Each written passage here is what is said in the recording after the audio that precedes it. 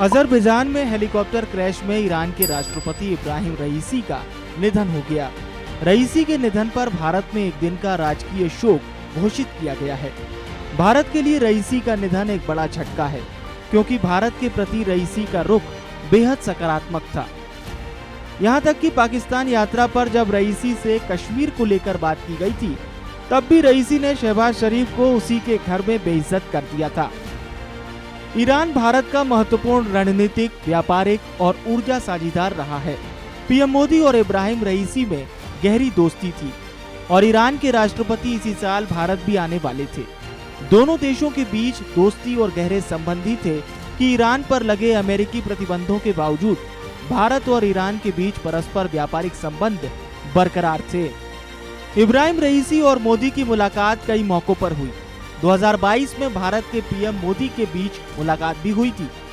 इस मुलाकात के दौरान इब्राहिम रईसी ने कहा था, दो देशों के बीच जब लंबे समय से अच्छे संबंध होते हैं तो उसमें कई आपसी हित के साथ विभिन्न आर्थिक, व्यापारिक और वैश्विक परिस्थितियां और घटनाएं भी शामिल होती हैं, जो उन रिश्तों को आगे बढ़ाते हैं। इसीलिए भारत और ईरान का यह रिश्ता आगे भी कायम रहेगा।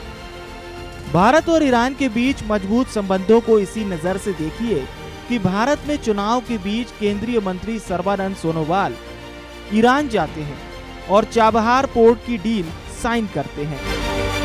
भारत और ईरान के बीच हुई इस डील के तहत अब भारत अगले 10 साल तक चाबहार पोर्ट का इस्तेमाल कर सकेगा। चाबहार पोर्ट के जरिए भारत अफगानिस्तान और मध्य एशिया और यूरोप तक सीधे व्यापार कर सकता है। भारत और ईरान ने चाबहार से रोड और रेल कनेक्टिविटी भी बेहतर की है और चाबहार पोर्ट के जरिए सीधे रूस तक पहुंचा जा सकता है। अब ईरान में नई सरकार बनेगी और नए राष्ट्रपति तय करेंगे कि परमाणु हथियारों पर कैसी अप्रोच रखनी है। अमेरिका के प्रतिबंधों से बचने के लिए शायद परमाणु प्रोग्राम को छोड़ दिया जाए, लेकिन ईरान चाहे जो भी फैसला ले, ईरान भारत का रणनीतिक और ऊर्जा साझेदार बना रहेगा। ईरान के संविधान के मुताबिक राष्ट्रपति के निधन के बाद अगले 50 दिन में चुनाव कराने होते हैं, यानी अगले 50 दिन में ईरान में बहुत कुछ बदल सकता है।